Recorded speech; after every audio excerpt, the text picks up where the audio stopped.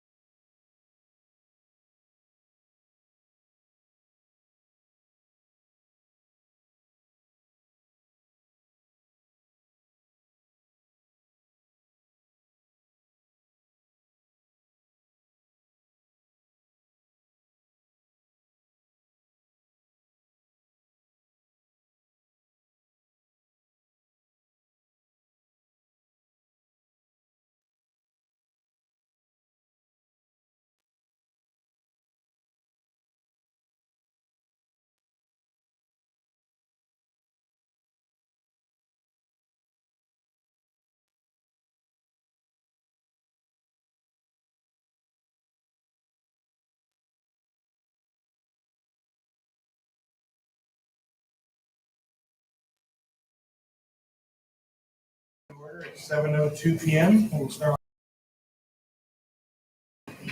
I pledge allegiance to the flag of the United States of America and to the republic for which it stands, one nation, under God, indivisible, with liberty and justice for all. The Texas flag. Honor the Texas flag. I pledge allegiance to thee, Texas, one state, under God, one and indivisible.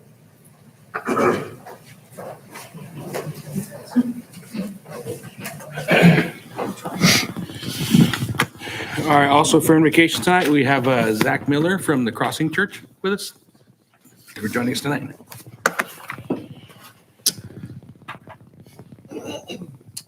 Let's pray. Heavenly Father, we thank you for this opportunity to come, Lord, and do the business that you have elected these people to do. We thank you for our school district and the leadership that you have given us. Lord, I thank you for the direction that the work and effort that they have put forth. I pray that you will guide them, put your angels around them, and help them to make the best decisions to propel this district forward. In Jesus' name, amen. Thank you very much. Now, introduction and roll call, Ms. Flores. Here. Here. Dr. Johnson. Here. Mr. Jason Olson. Here. Mr. David Montermayor. Here. Mr. Dan Bradford. Present. Mr. Alejandro Flores. Here. And that president is Melissa Myers. Perfect. Thank you very much. And now we'll move on to our Superintendent Spotlight. President Montemayor and board members, at this time, we have a special guest that I would like to invite up to the podium. And actually, Cecilia Jones, if you want to do an introduction, that would be great. Thank you very much. Board President David Montemayor, board members, Daniel Gallagher. This is an honor to be introducing Jared Patterson. I will have to say that Melanie and I have been coordinating since August to make this happen. And I want to let you know that Representative Patterson hustled from Austin to be with us tonight. And I want to thank you for your efforts to join us. He has actually four resolutions to present tonight to us in honor of Jerry R. Walker Middle School and Lowell H. Strike Middle School.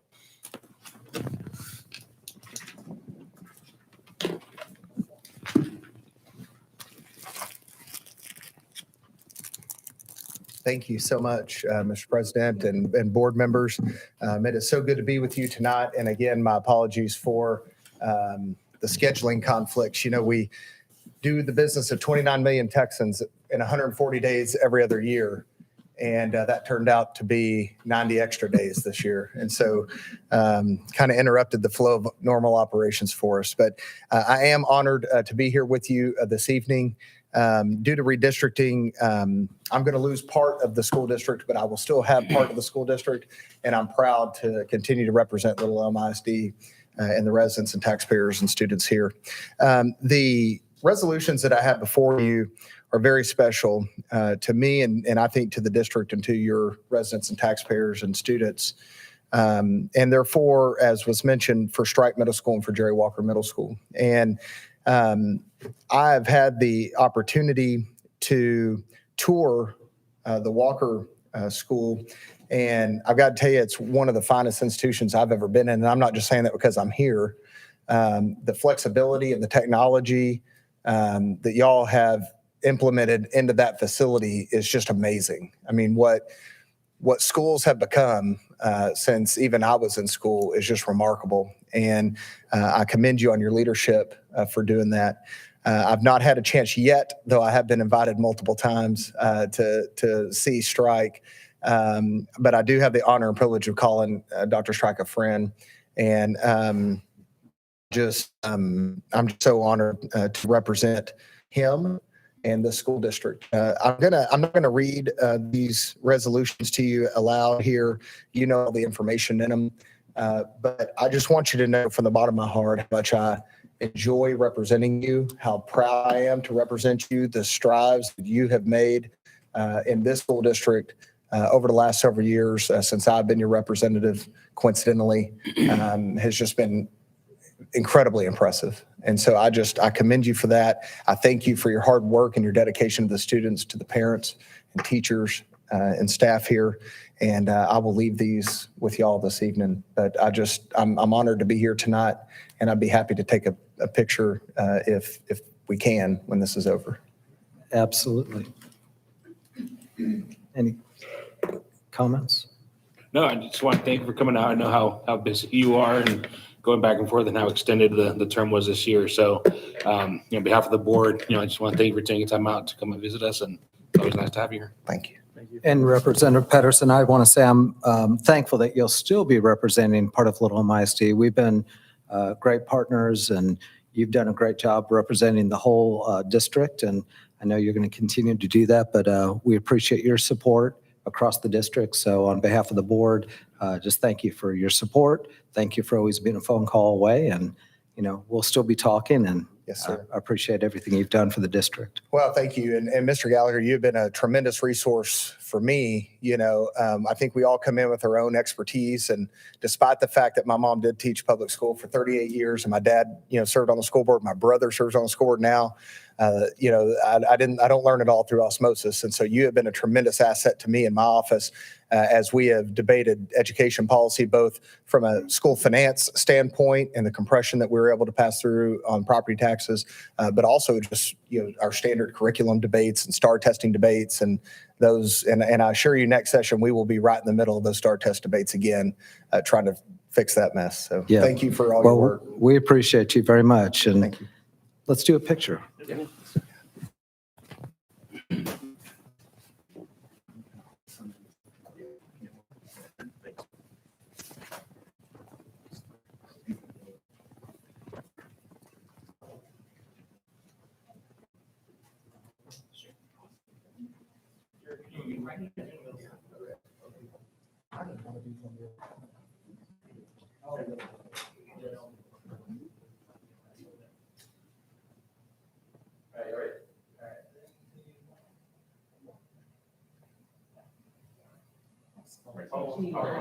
Nice.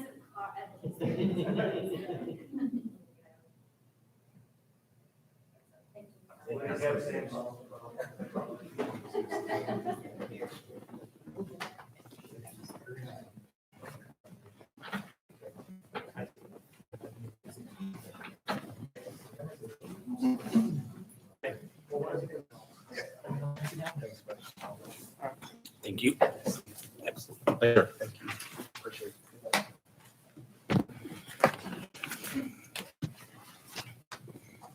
All right. And again, thank you, Representative Pedersen, for being here tonight.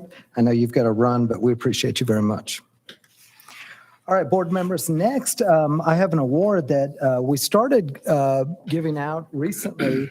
It's our Little Misty Community Partnership Award, and it's something that I feel very strongly about. As we all know that excellent schools and excellent,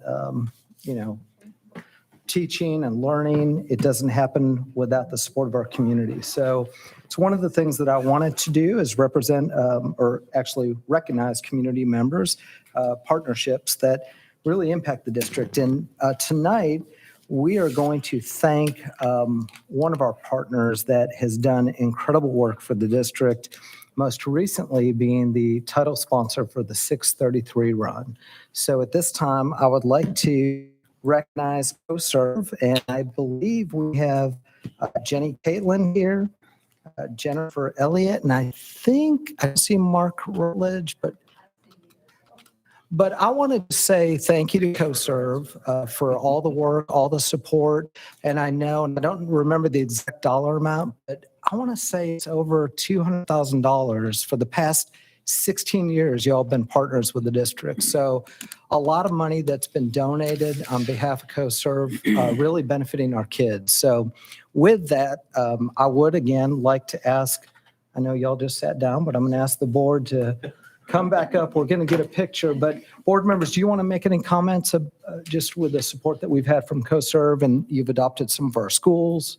Yeah, no, I mean, I've had the great pleasure of working with CoServe both on the board and also being on the Education Foundation, seeing, all the great work that you do there and all the benefit to our teachers and our students and our community as a whole. So I'm just, I'm very proud and happy to have such a such a strong relationship and such great support from, from CoServe and everyone there as well. Because it's not, it's easy for a quote unquote company to cut a check, but then the people that come with it and, the care of all of you for the district is obvious. So I want to thank you for that. Yes, thank you. Come back up for a picture. I'm a mess. Getting our steps in.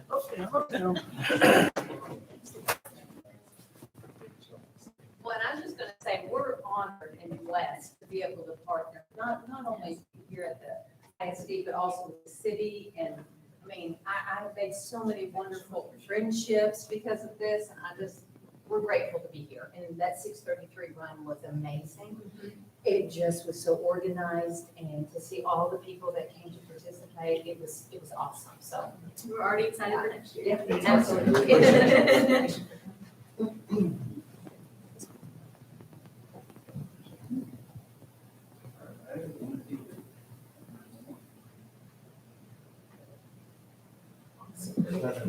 Thank you again. Yeah, that's right. And you know, that creates over $1 million a year, and we give back.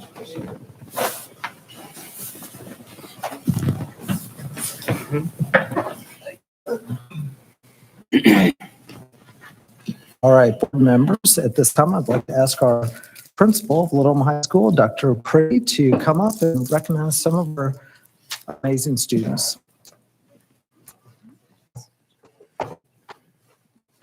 All right, thank you, Board President Montemayor, Little Elm ISD School Board, and Mr. Gallagher for this opportunity to present our Student of the Month from Little Elm High School for November.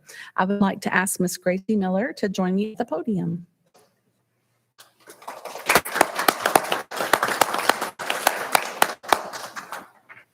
Gracie is a senior at Little Elm High School this year, and she has attended Little Elm ISD schools since she was in the 4th grade.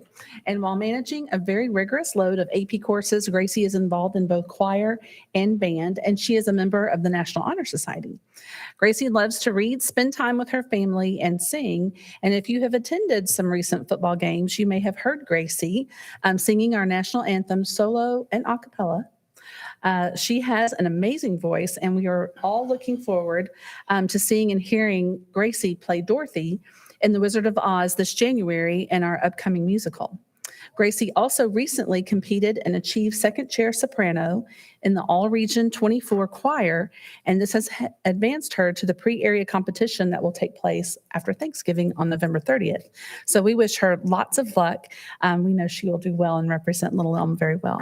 Gracie's favorite thing about Little Elm High School are her teachers and the staff at Little Elm High School, and in her words, she said they have been there to better her education and to also help her in times of need.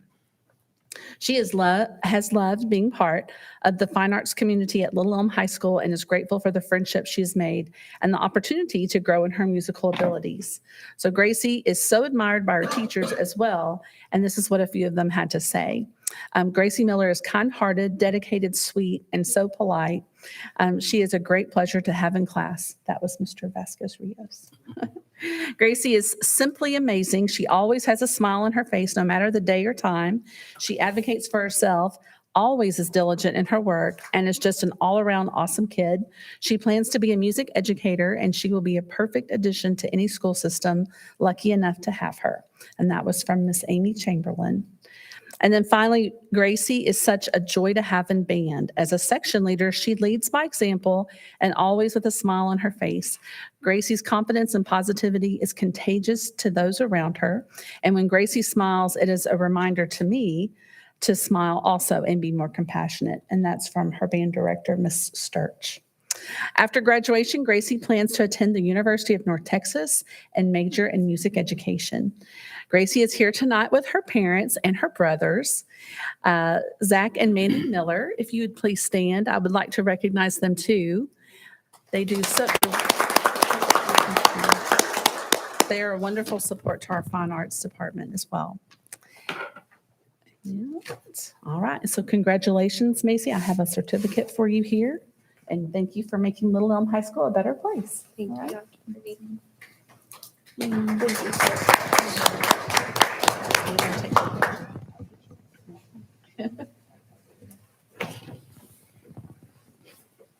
Mom, Mom and Dad, you want to-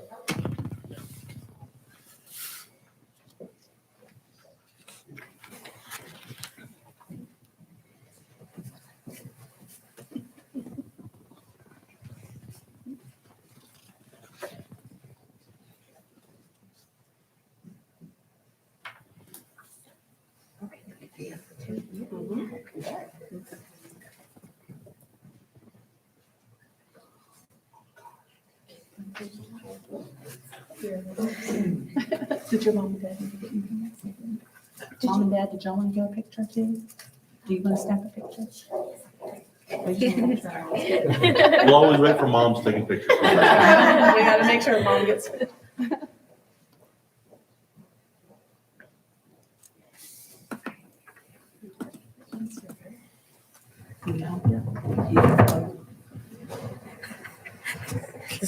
This is one of Ross's favorites activities.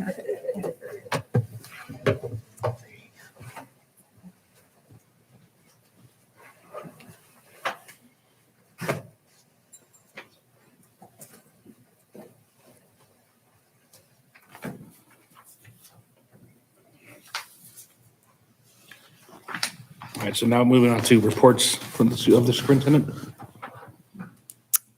Yes, President Montemayor and board members, at this time, I'd like to ask Dr. Cindy Mecca to come up to do a brief update on curriculum and learning.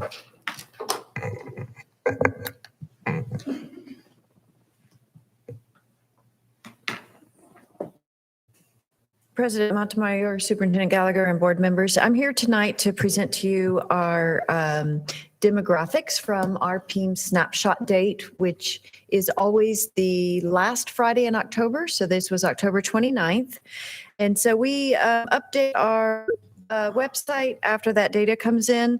So on the 29th of October, 1,288 students. And the red line here shows our trend for this year through the 1st of November.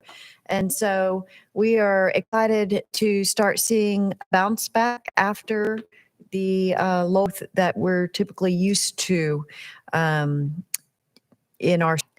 So at the high school currently, we have 2,501 students. We do not currently have any students in Denton County JJAEP. Walker sits at 957. Strike comes in at 1,015. Brent, we have 702 students. Chavez has 499. Hackberry has 710. Lakeview has 582. And Oak Point has 856, with Prestwick coming in at 466. And I don't know if you just saw it blink, but it goes out and it looks for any changes in my data. So I have it kind of routed through a different system. So it's always going to my Google Drive to look for upcoming data. So if you ever have it, see it blink like that, that's why. Here's our enrollment by grade level. Always that 9th grade remains our largest grade. And, we always say the same thing every year. It's unfortunate. It's the loss of credits that students have when they first enter high school that freshman year, but then they bounce back and we regain them by the time they get to their senior year. We have a great intervention program with E2020, also our Aims and Goals program here at Zellers to do credit recovery, and then the good work that they do with credit recovery at the high school and during the summer. Our enrollment by ethnicity, our large population continues to be our Hispanic population at almost 38%, followed just 4% below that with our whites coming in at 34%. Our African Americans showed really no growth this year from last year, remained at 18%. We did see growth in our Asian population this year. It came in at 4.16%. Our special programs enrollment for, at risk, this shows our different enrollments in the special programs. Most of these we get state allotment funds on, or federal funds based on these numbers.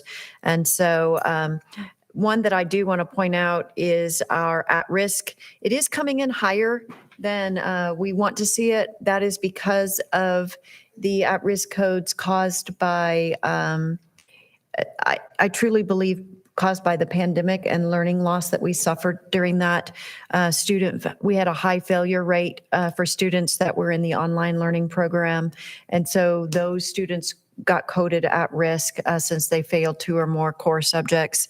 Also, students who failed STAR last year we had a higher percentage of those students, and so those are coded as well.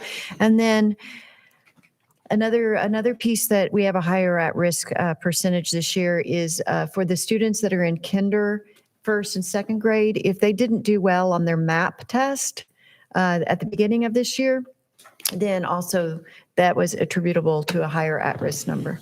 So here's our special population 7-year trend. This is one of those graphs where you can toggle between the different programs. Our 504 numbers are, have stayed basically the same for the past few years. Our at-risk, once again, I just talked about this, we're seeing it higher than we have in years past. Our CTE numbers, they look low. So during the pandemic, if a student was virtual, many of the CTE courses they could not take virtually. They had to come and do it in person. So many students chose not to participate in their CTE programs last year, which means that they're double dipping this year now that they're back in person. This count only counts a student once. So it's going to look weird that our percentage of students participating across the district CTE is lower, but the dollars that we're going to get out of CTE are going to be higher because we get dollars for students in a CTE program course. So if Alex is taking 3 CTE courses, they only get counted once for demographics, but he'll get counted 3 times for the funding.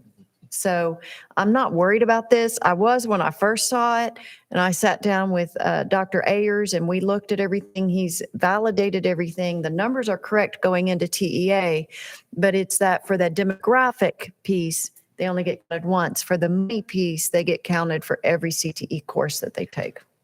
So We should see a rebound on this. I would say in about 4 years, because we're going to, what's happening is we only had 7% of our freshmen. So Dr. Ayers thinks it's going to take us 3 to 4 years to bounce back our numbers. Not the funding allocations, but the percentage, because we're going to have more seats for those freshmen and sophomores to take that the upperclassmen aren't double dipping on. The freshmen that couldn't have their foundational courses this year will have to, double dip later on to finish their program of study if they choose to do so. So it's just another piece of the pandemic that we didn't know would occur and we didn't plan for. They're kind of popping up here and there, personally and professionally. I'm sure all of us have seen it. The gifts that keep on coming. Right? The gift that's going to keep on coming.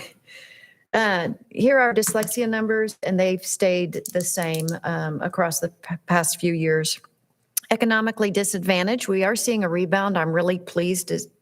You don't want to say that you're pleased to see an economically disadvantaged rebound, but we knew that what we saw last year was kind of a false number. We're thrilled that we're able to feed every student, but it does mean that parents don't want to turn in those applications for free and reduced lunch. This year, we did a really good job of getting those in and promoting that. We actually rolled it into our registration process. And so that helped our numbers this year. But being economically disadvantaged has so many if a student truly is economically disadvantaged, there's so many benefits to them filling out that paper that far outweighs the stigma of receiving a free or a reduced lunch. At the high school level, the AP funding for the exams, the reduced funding for a reduced cost of the SAT and ACT exams, dual credit up to so many hours is free for tuition at NCTC. So we do continue to publicize that. And this year, I really do believe that our department did a great job getting those applications in for those students that needed it. Gifted and talented remains just right about the same. Our immigrant numbers still are very low, less than 2% for the district. Limited English proficient did see almost a little bit more than 1% increase up to 19.97%. Migrants this year still remain at 0 for our migrant students. We are less than 1% of students that are receiving pregnancy-related services, and our SPED numbers grew by about 0.5% over last year. I spoke to the economically disadvantaged coming in at 54% this year. Our economically disadvantaged rates by campus are shown here. Seeing, same as in previous years where we have Brent and Oak Point are coming in at the highest for the district, with Walker right there as well. Our limited English proficient by campus, these are students that are English emergent learners. You will start seeing us transition from LEP. The state legislation has changed those terminology on us again, so we will no longer be referring to these students as limited English proficient. They are now officially English emergent students, EESs. So you'll start seeing that in future presentations. And then this is the graph that shows how we serve those students. And as you know, we are transitioning out of the bilingual program fully into the dual language. We have made that transition fully at Hackberry. We still have 5th grade left at Oak Point and Brent that are receiving bilingual instead of strictly a dual language program. Do you have any questions on our demographics? All right, thank you. Oh, yes, Yeah, ma'am. one question. Yes. So, for, when we say economic disadvantage, we're saying the kids who qualify for free or reduced lunch. So it's 45.97 overall for the entire, overall for the district average is 45.97. Yes. Okay. And they don't have to show any proof. They just fill out the form. They fill out the form, and then we have to, in a typical year when food services collects the applications, there's a mandatory review of, I think it's 3% that we have to audit. And then they do have to give us proof. And so we will be conducting those reviews as well. We have to validate a certain number of those this year. Thank you. All right, thank you. All right, thank you, Dr. Mecca. This time I'd like to ask Cecilia Jones to come up and give an update on the 633 run. And you just heard from Sir, the sponsor, and committed to being the title sponsor for one more year. They really helped us out, but you heard from one of them talking about how organized it was. So at this time, I'm going to turn it over to Cecilia Jones. Thank you very much. I was honored to be asked to provide you numbers and the results of this race. I'll start off by saying that you don't know what you don't know. This was my first time to ever put on an event like this. So to say that I was nervous is an understatement when I put something together. So I appreciate the support from staff, from volunteers, from sponsorships. And I hope by walking you through this presentation, you'll understand just the amount of support and the community embraced this event. So the 633 run, it falls really nicely under our community engagement piece, which is one of our district goals.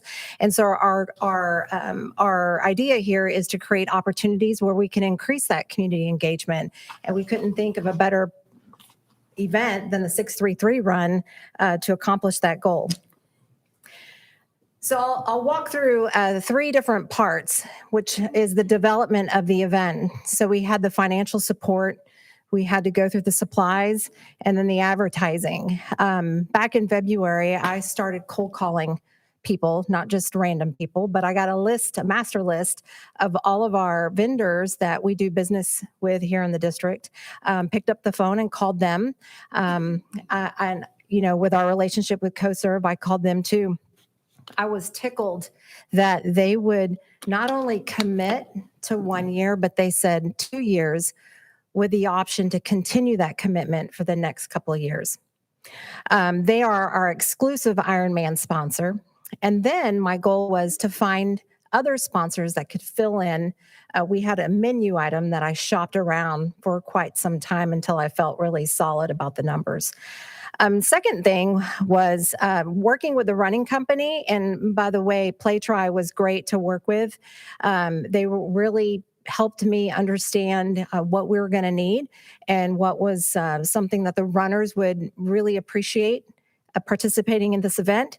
And some of those were having really unique design finisher medals, which I don't know if I know some of you were there, but it was a really nice badge medal. You have the picture. We can actually see it on. Oh, yes. Well, Yeah. it's in the background, so I'm not sure how clear that is. And then designing a really nice T-shirt that people would take pride in wearing even after the race was over with. Logos, place medals, trophies, the water, the food, and even the swag bag items. And I have to thank Lakefront, the town of Little Elm, for providing all that. They gave me quite a bit of donation to have, and ER of Texas, the bags that we were able to stuff all the goodies and our runner packet. And then the next piece was the advertising. We knew right off the bat, advertising on Facebook was really where it was at. It's where people are, and that's where we wanted to meet them to talk about the 633 run.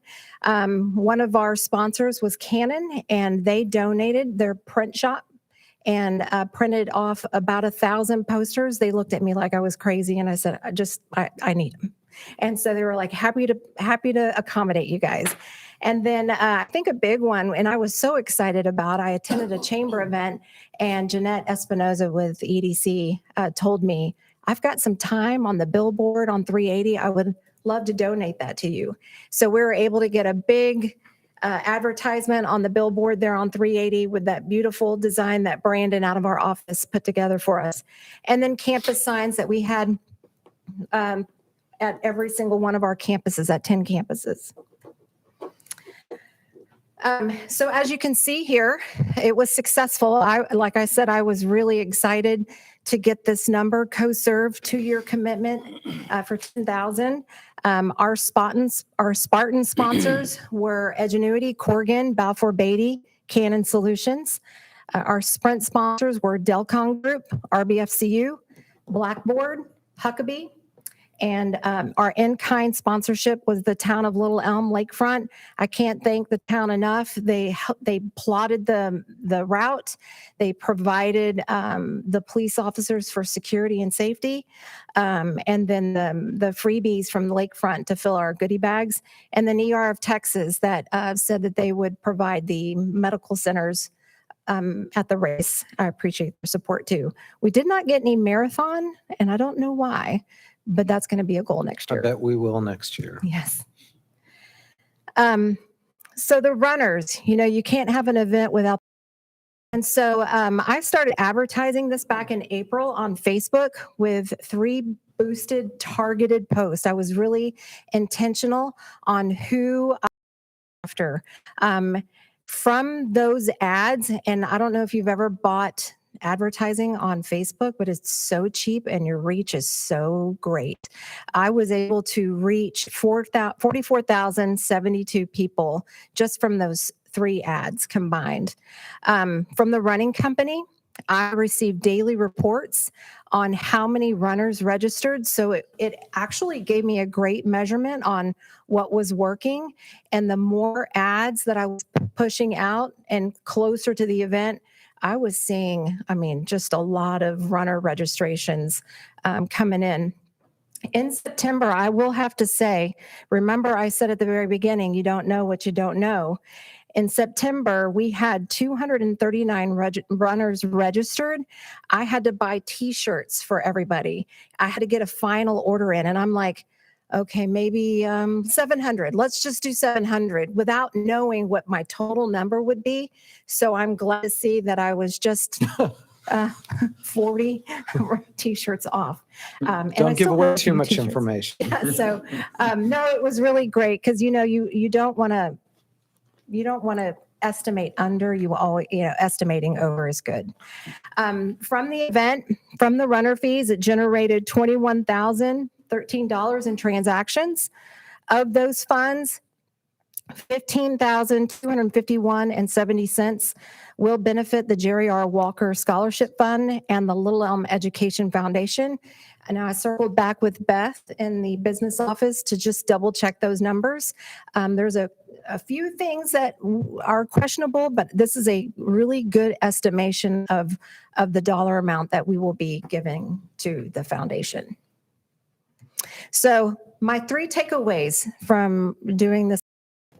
Next year, it's going to be bigger, it's going to be better, and we're going to. Thank you. Very cool. Questions, comments, board members? Just a question here, from a volunteer perspective, were we okay there? Could we have used more people? Yes, I'm sorry I didn't include you guys because you were awesome. All of y'all were awesome. Aurora was awesome. You guys were awesome. Jennifer Reynolds, I can't thank her enough. She was awesome. We were perfect.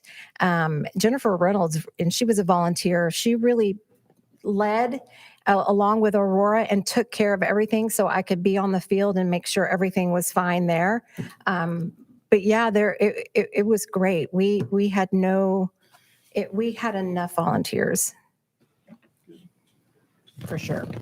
I'm just gonna let you know, Cecilia, next year, please count me in on helping you with planning anything you need. I actually do come with several years' experience. For 10 years, I was on the planning and governing board of the MS 150 for North Texas. So I was helping put that together and played on that and everything. So didn't have the time this year, but next year definitely put me down. Thank you very much. You going to run with us, Dan? I'll plan.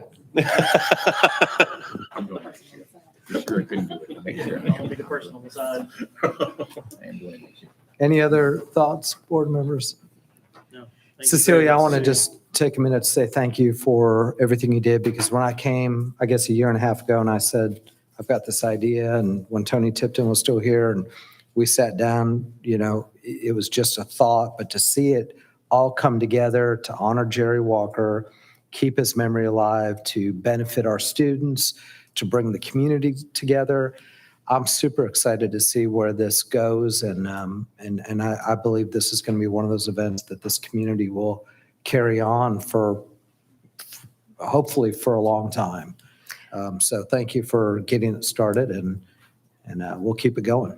All right, thank you. And I do want to mention that I think that community engagement piece, and I saw a post Alex had posted about just the different stories and just seeing all the accomplishments and sometimes they go unnoticed, but I think that's what's really cool about an event like this is you get to see and you get to hear all the different stories.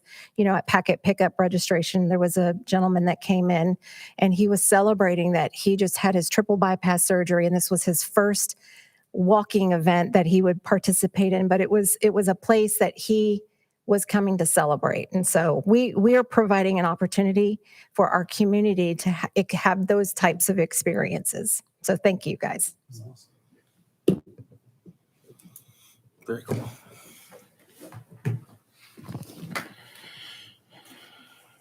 All right.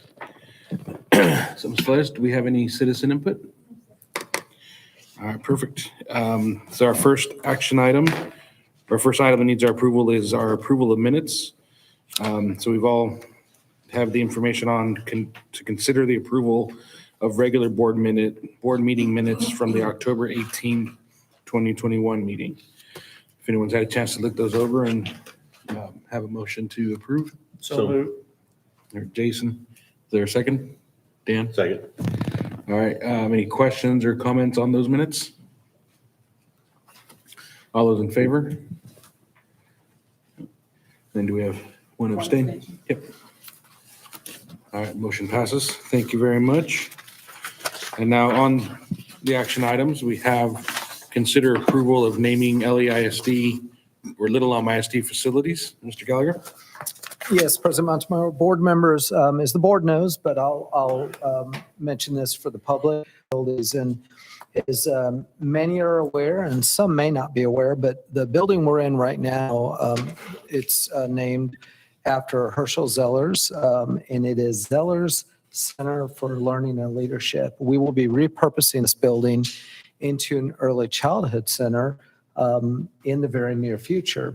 So with that comes a potential name change. And the same goes with the building next to us, which is the original high school, most recently Lakeside Middle School, which is being renovated for our new administration building. So we're repurposing these two buildings, and those are the ones that will be finished soonest. So we're asking the board to finalize names so we can continue with the planning of signage for both of these buildings. And we did, and we have it open all the time, but we have the community members, we provide them an opportunity to provide names that they would like to submit for consideration. So I did send those to the board ahead of the meeting, and they're also in board book. So at this time, I'm going to turn it over to President Montemayor to have the discussion. Sorry about that. Yeah, I know, we did get the results of those surveys that were sent out. We have that information. But I do know one of my fellow trustees wants to actually make the motion. We're basing this primarily, or I'm basing this primarily on a lot of the response from the community.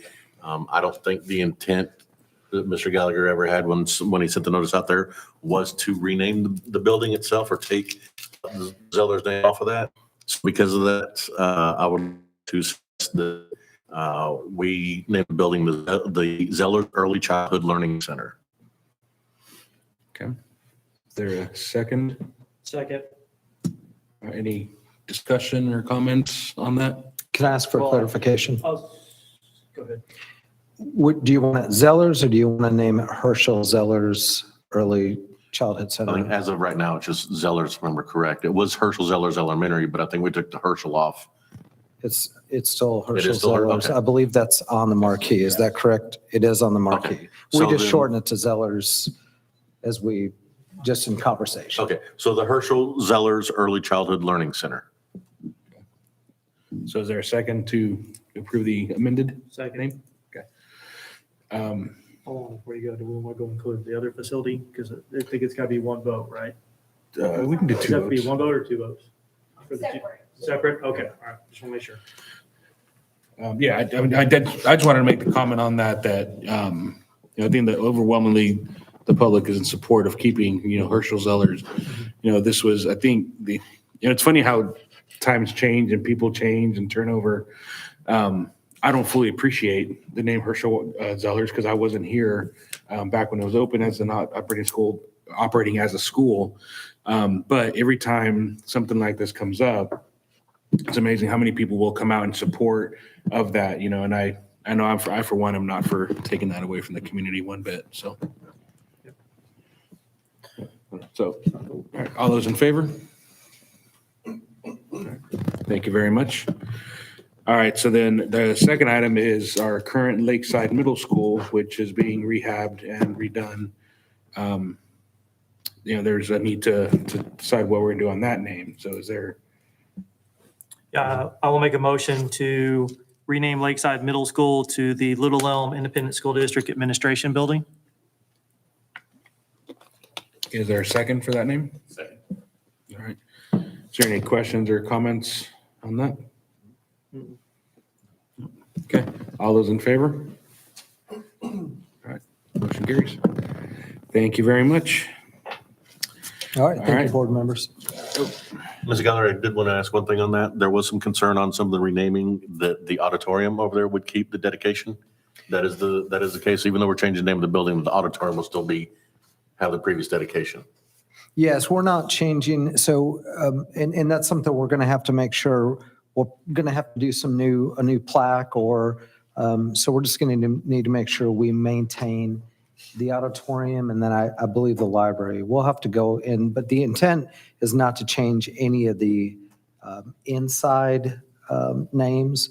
Now, the building itself will look different inside, but we're still going to repurpose some of those areas. Thank you. All right, so then moving on to item B, consider approval of financial reports for September 2021. Mr. Weiss?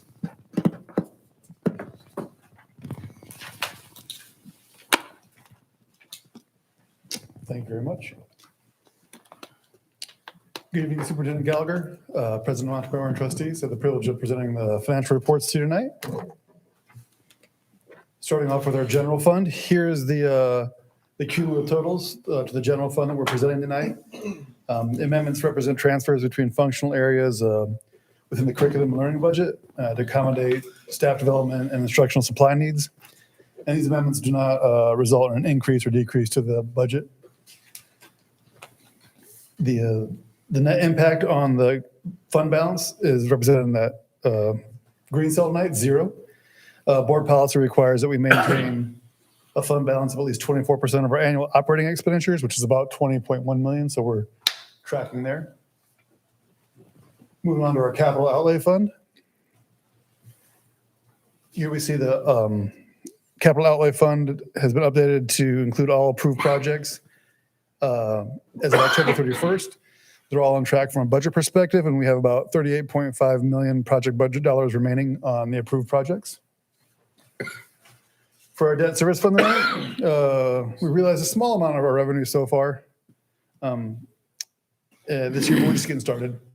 Our debt service payments this year will be right about what we have budgeted there.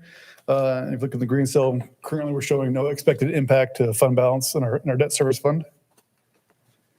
And the administration recommends approval of certain September 21 financial reports as submitted. Okay, is there a motion to approve the financial report as submitted? So moved. Is there a second? Second. All right, any questions or comments for Mr. Weiss? No. All right, so all those in favor? All right, motion carries. Thank you very much. Thank you very much. We have item C, which is consider approval of resolution concerning Board of Directors of Denton Central Appraisal District. So this is an item that we do each year. Each year, the Denton County Appraisal District has, their elections for their Board of Directors. I've brought David Terry to the board in prior years. He is a representative for the town of the Colony. He represents the area that Strike and Prestwick are bordered in. And he's been, he's in overall a great support of the district and of those schools in particular. Now, we did bring something forward back in August, I believe. So there's actually, and this has led to some confusion in prior years. There's actually a two-step process. There's a nomination process and a voting process. And I think our resolution back in August read more as in the voting process instead of the nomination one. But so this is really to continue on with the motion that was made back then. So do I need to read the whole thing, Sonia, or can I just refer to the resolution that is in board book? So I move to approve the resolution as we have in the board book to approve the vote, our 178 votes that the Little Elm ISD has in this election to be cast for David Terry, representative from the Colony. Second. Any questions or comments? Yeah, I have one real quick, just for clarification purposes, and I think we went over this before, but just one reminder. I think it's a 7-person board, if I'm not mistaken, if I remember correctly. Is the top 7 vote getters that end up getting placed on it, or how exactly does that work? I believe it is. Okay, so if there's 15 names throughout there, it's just whatever the top, how many chairs there are, the top vote getters, that number of vote getters is the one that go on. Correct. That's the Okay. way I understand it to be. So you don't know any different, right? Yeah, no, I think Okay. that's the way it works. Okay. All right, all those in favor? That motion carries. Thank you very much. Now, did anyone have anything from consent agenda that they'd like to discuss individually? No. All right, so all those in favor to, Motion. sorry, is there a motion to approve the consent agenda as provided to us in the board book? So moved. Is there a second? Second. All right, all those in favor? All right, motion carries. Thank you very much. So I don't know what I'm gonna do with myself that it's only 7:53 PM. So I feel, Yeah, I don't feel worry, like, Yeah, I let's. feel like we should do something or anyway. Did you second that? Consent? Yeah, You yeah, seconded yeah. it? Okay. Anyway, but no, I wanted to thank everybody for being here. It is a much earlier night than the last couple of meetings, so I'm sure everyone is happy about that. But, you know, it's great. It's great to see all our admin here in support of that, and thank you for all the work that you do. It was great to have, Representative Patterson here recognizing, the schools in the district and the leaps forward that we've made there. So anyway, just another month to be proud of the district and proud of all the work we're doing here. That's all I have on my end. So I'll open it up for the rest of the trustees. I just got 5 things. I just want to wish everyone a happy Thanksgiving and enjoy the week off. Thank you for your support. I've one update I'd like to give the board and then one question for Mr. Gallagher. I know right before the pandemic hit in 2019, you had started the Superintendent Advisory Committee, or I think is what you called it, with all the students. The employees, superintendent. Well, but employee you also advisory had one that committee. you had started that year with students going and having the students come talk to you and everything. We've handed that over to the high school principal since we have Dr. Purdy. So Okay. But that is still ongoing? Mhm. Okay. I'm, to beat a dead horse, I would still like to see if we could get some of those students to come, either have trustees invited to some of those meetings or have them come and present to us some things. I would still love to see more representation from our students besides just getting a notice, one student getting notice every single month. sure, absolutely. Now, and I attend those meetings with the high school. I will tell you the big topics are they want the parking lot painted, painted spots, which I keep telling them, no, we're not going to do that. I get it. They want to do it, but no. And graduation caps is another one. So Okay. yeah, we'll invite you to the next meeting. All right. And then an update that I got over the weekend, I shared this with Mr. Gallagher. Dr. Mika, I'm sure you probably saw this, or if not, you probably will. But the TEA is making a change on the scoring for the rating system for the past, I mean, they're just doing it last year, but they may go back 2 years on this from what I've heard updated. Is they are apparently, they're weighting the CCMR and the graduation rates at the district level and how it's, I'm just going to read exactly what it says here. And apparently weighting of CCMR and graduation rates at the district level has contributed to the disconnect of district ratings compared with state ratings. They're considering weighting the campus outcomes proportionally into district ratings based on student populations, grades 3 through 12. This methodology would apply to each domain. Potential impact based on the 2019 data is increase in C ratings and a decrease in A and B ratings. It does not affect 60.3% of districts, but decreases by 1 or more letter grades in 39% of the districts. Essentially what they're saying is when they put CCMR in part of our rating system, that public schools are doing a lot better than they thought they were. Public schools are actually getting our students life ready, and TEA didn't think we were going to be able to. So because they weighted it so heavy, they're going to reduce the impact CCMR has on districts' overall rating. So they're going to punish districts for doing exactly what we told them, exactly what they asked us to do. If I'm not mistaken, Dr. Mika, that's exactly what's happening. Is that correct? Do you believe? I'm not gonna put you on the spot, but No, based on it, I actually have a webinar for that on Thursday. Okay. This week, and we'll be hearing from Heather Smalley, the Director of Accountability at TEA. Mhm. But that is exactly how I read that. And when we have more That's how information, I read it. you can provide that in an update, Yeah. a curriculum update. Provide next month. yeah. And so just wanted to just give the board that and the public that there is a possibility that this would cause a drop in our rating from a B to a C, depending on how much they make this change effective. If that's the case, it's not because we're not doing as good as we would. It's just TA thought that a lot of school districts did too good. And so that's just for the public. If our ratings for the past couple of years change, that's the reason why, is because we were doing better than what TA thought we were going to be able to. So other than that. Awesome. happy Thanksgiving to staff early. So thank y'all very much. Thank you for Representative Patterson for coming to the meeting. I know his time is very busy. And as we can see, had to reschedule several times, but it's due to a different issue. But thank you to everyone for the 633 run again. It was an awesome event. So thank y'all for staff. Everyone, Cecilia, thank you for helping do all that. And everyone, enjoy your time off and get some well-deserved rest. Happy Thanksgiving, everybody. I'm making sweet potato pies. For everyone? All right, that's what I heard.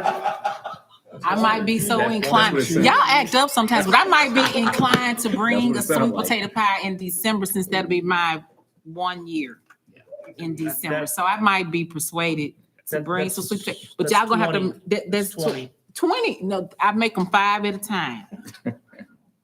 So at the December meeting, I'll bring some of my granny's recipe sweet potato pies to celebrate me being here a year with y'all. I have enjoyed this year, and y'all enjoy y'all's Thanksgiving. See how the meeting's been shorter since I see the effect. Once again, I want to thank staff, the district, all our teachers, and our students. Thank you for all the wonderful things that are going on. And once again, happy Thanksgiving. Thank you, board members. Just two quick celebrations. We brag a lot about our high school and great things happen at the high school. One of them is, our drone program, which is really in its first year, led by Mr. Cardenas, does an amazing job at the high school. First year, they went to a competition and won the Exemplary Team Award. It was the Bell Vertical Robotics Competition. So congratulations to them, and another great example of the innovative things we're offering our kids. So great program for our kids. And then also, again, we brag a lot about the high school, great band, but we had 5 middle school students make all-region bands. So I want to congratulate those students from Walker Middle School. So great things happening. So thank you. And again, thank you to everyone for I would say staying late, but we're at 8 o'clock on the dot, so I'll stop. Board members, thank you so much. So, all right, well, with that, we have a motion to adjourn at 11. Second? Second. All in favor? Thank you very much.